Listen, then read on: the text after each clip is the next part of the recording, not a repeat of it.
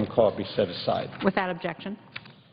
Madam President, I rise today to honor a fallen hero, Navy Master-at-Arms Petty Officer First Class John Duwong-Dara of South Sioux City, Nebraska. Petty Officer Duwong-Dara was part of the SEAL team on the Chinook helicopter that was downed by enemy fire in Afghanistan on August 6, 2011. He was the dog handler for the SEAL team. He and his combat assault dog led their unit on patrols in order to expose dangerous explosives and hiding enemy combatants.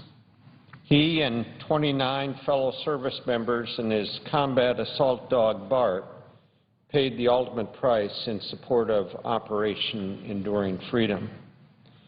As a dog handler, the SEAL team entrusted their lives to him and to his dog. His first dog, Toby, was killed in action in Iraq. His second dog, Bart, would die with him on the helicopter. The name Duwong-Dara can be difficult to pronounce, so his Navy comrades soon gave him the call sign Jet. Members of his unit remember him for being trustworthy and always positive. The decorations and badges earned during his distinguished service speak to his dedication and his skill. He received the Purple Heart, the Defense Meritorious Service Medal, the Bronze Star, the Joint Service Commendation Medal, the Presidential Unit Citation, the Afghanistan Service Medal, the Iraq Campaign Medal, as well as many other decorations and awards during his military career. I'm told Petty Officer Duwong-Dara had a joyful disposition and a deep sense of commitment to American ideals that were evident to everyone he encountered. John's high school friends and teachers recall his sense of humor coupled with a competitive desire to win. Participating on the high school mock trial team was one way he directed his very considerable energy. John was also about helping others. It was not a surprise to those that knew him that his energy, focus, and empathetic nature would lead him to military service and the challenge of working with the Navy SEALs. John belongs to a very special family. His mother and father escaped from Laos 31 years ago and immigrated to the United States. They settled in South Sioux City, Nebraska, where they grew and nurtured a very respected family. The South Sioux City community honored John with a special memorial service on September 25, 2011. And they also named a local park after John. I know his community and Nebraskans as a whole are enormously proud of his service. I am confident they will provide his family with comfort during this very difficult time. Today, as we bow our heads with the Duwong-Dara family, I ask that God be with all those serving in uniform and bring them home safely. Madam President, I yield the floor. I note the absence of quorum. Clerk will call the roll. Mr. Akaka.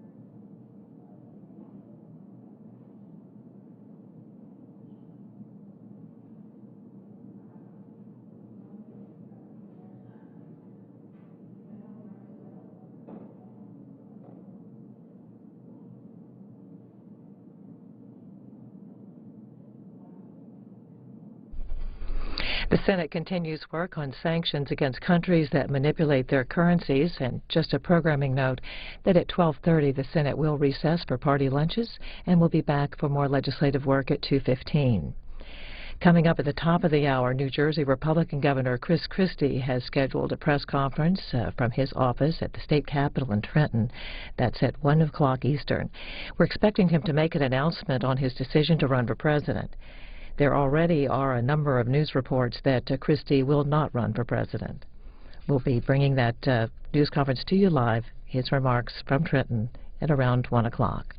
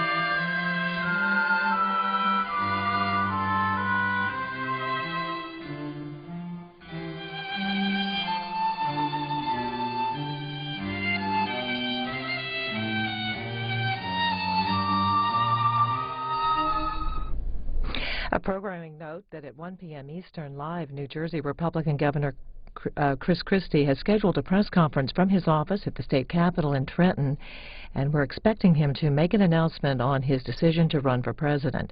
There are a number of news reports that Christie has decided not to make a run for the presidency. The Senate continues work this morning on sanctions against countries that manipulate their currencies. It's targeted toward China, which is accused of keeping the yen artificially low. And we will bring that back to you when the quorum call ends. At 12:30, the senators will take a break for party lunches and will be back at 2:15. The House is spending the morning on general speeches, legislative work starting there at noon Eastern. This afternoon, members will vote on funding the government through November 18th. Current spending authority for federal agency runs out at midnight.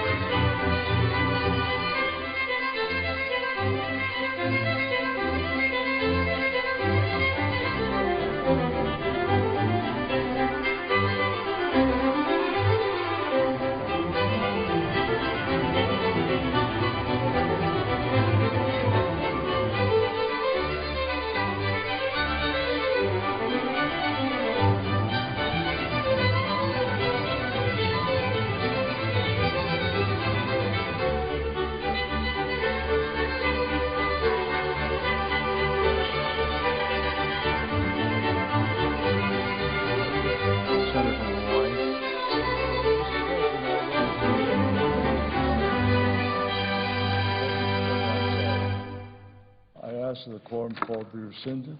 Without objection.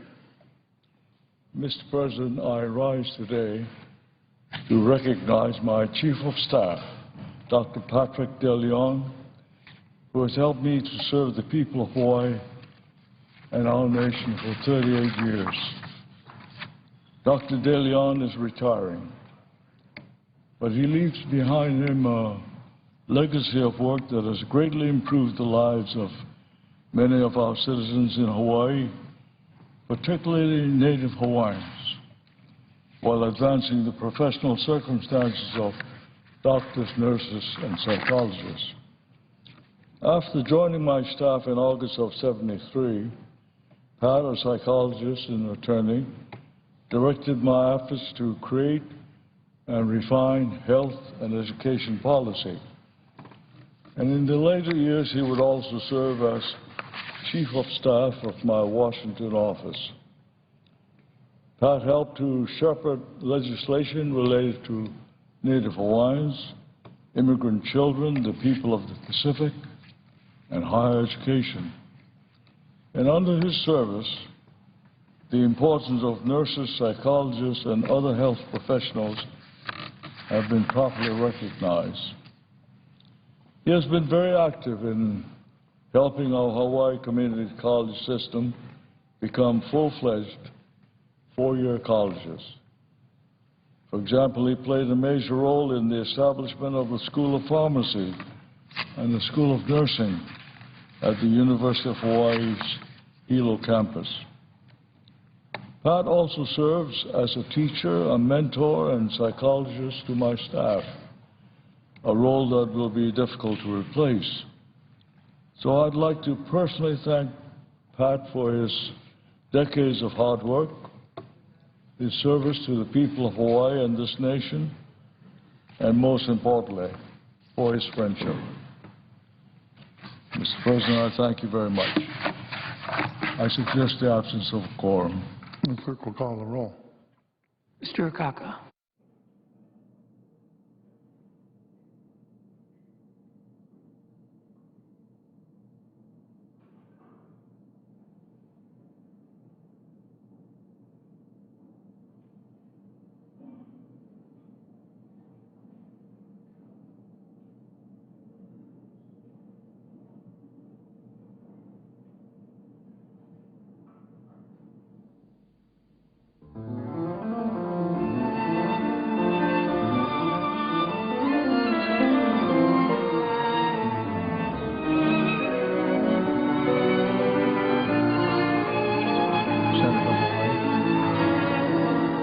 Without objection. President, I ask unanimous consent of the Senate to the immediate consideration of H-Con Res. 83, which was received from the House. Clerk will report. H-Con Res. 83, concurrent resolution directing the Clerk of the House of Representatives to make a further correction in the enrollment of H.R. 2608. Without objection, the Senate will proceed to the measure. Mr. President, I ask unanimous consent that the resolution be agreed to, the motion to reconsider be laid down on the table, and that any statement relating to the resolution appear at this point in the record. Without objection, so ordered. I suggest in the absence of a quorum. Clerk will call the roll. Mr. Akaka.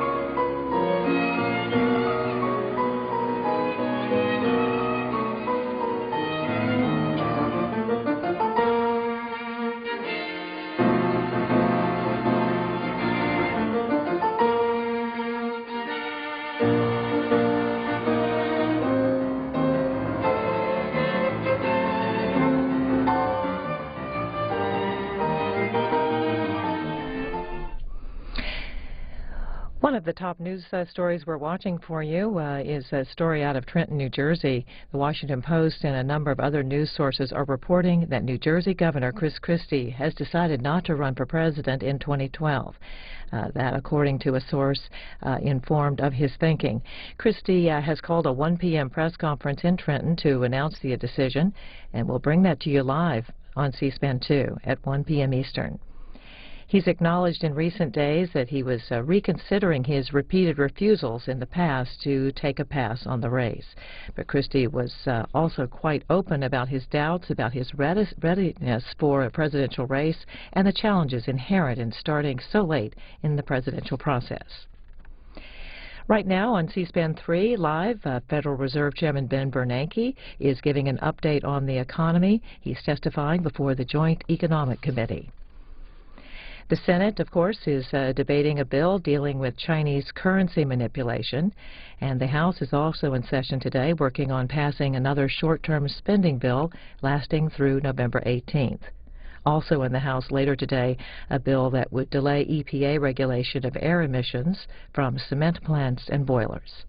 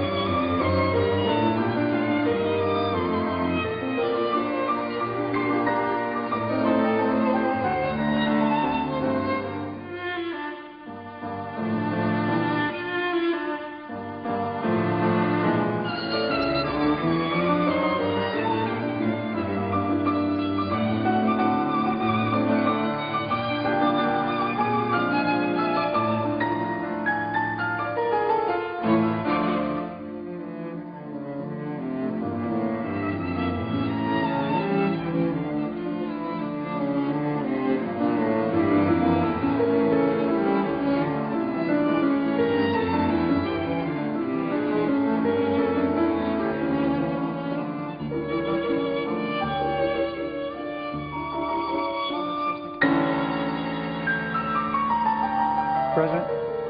Senator from Massachusetts. Thank you, Mr. President. I ask unanimous consent that the quorum call be dispensed with. Without objection, morning business is closed. Under the previous order, the Senate will resume consideration of the motion to proceed to S-1619, which the clerk will report. Motion to proceed to the consideration of S-1619, the bill to provide for identification of misaligned currency, require action to correct the misalignment, and for other purposes. Senator from Massachusetts. Thank you, Mr. President. Appreciate the opportunity to come down to the floor once again and speak to you and to the American people. I come to the floor today because there's something that too many people in Washington, D.C. are missing right now, and that is, we're Americans first. We're Americans first. It's a simple idea, but one that seems easily forgotten in politics because Washington has a way of making elected officials act like partisans rather than problem solvers. For example, how can any member of the Senate be 100% right? I just don't know how that happens. And how can they also vote 100% of the time with their own party? Do they honestly believe that their party is right 100% of the time, or is it just easier than going with the alternative, easier than working together with people that you don't agree with on every single issue? Mr. President, I ran for the Senate to make a difference, and I believe the voters of this country sent us here to find ways in which we can all agree. to move our country forward, to make things better. Governing wisely doesn't mean spending all of our time politicking, make the other side uncomfortable by voting a certain way or taking uncomfortable votes, putting those votes in the bank for more petty attacks during the election season. But why else will we spend hours and days trying to ram through one-sided bills that can't pass, simply to highlight our differences? Is that honestly why we were sent here today? Because there's no Republican bill that's going to pass, and there's no Democrat bill that's going to pass. It needs to be a bipartisan, bicameral effort that the President will sign. And we face very huge challenges here today, and that means we must rise to the occasion and rise above politics to accomplish the very big things that the American people expect from their elected officials. Our jobs and economic picture, as we all know, is bleak. The line of unemployed workers would stretch across America and back again. Our national debt and deficits are spiraling out of control. And working families are getting squeezed by the high cost of energy, high health care costs, high education costs. Businesses are squeezed by high tax rates, burdensome regulations, and uncertainty about the future and the political leadership in this country. Our housing market is frozen, and the government is making it harder and harder rather than easier for borrowers to refinance. And yet, with all these challenges that we have, the answer here in Washington is just kind of more of the same, more threats, more gridlock, more partisanship. And you know what? I say enough already, because I've said this back home in Massachusetts, and people really, I think, greatly appreciate the sentiments. We're Americans first. And if we don't work together right now, this moment in time, right now, then we're going to miss a great opportunity. We need to focus on jobs. We need to focus on the economy. That's what I've done since the day I got elected here. And I believe the American people deserve better. They deserve better than congressional gridlock and political gamesmanship. For example, Mr. President, the President, not you as President, Mr. President, but the President, has given us a jobs bill that isn't perfect, but it's a start. The Majority Leader has said that the Senate might consider the President's package eventually. Really? Eventually? We're in a financial emergency. We're going to talk about creating jobs eventually. But let's be honest with those that sent us here. The current proposal from the President isn't going to pass either chamber if it relies entirely on tax increases to pay for it.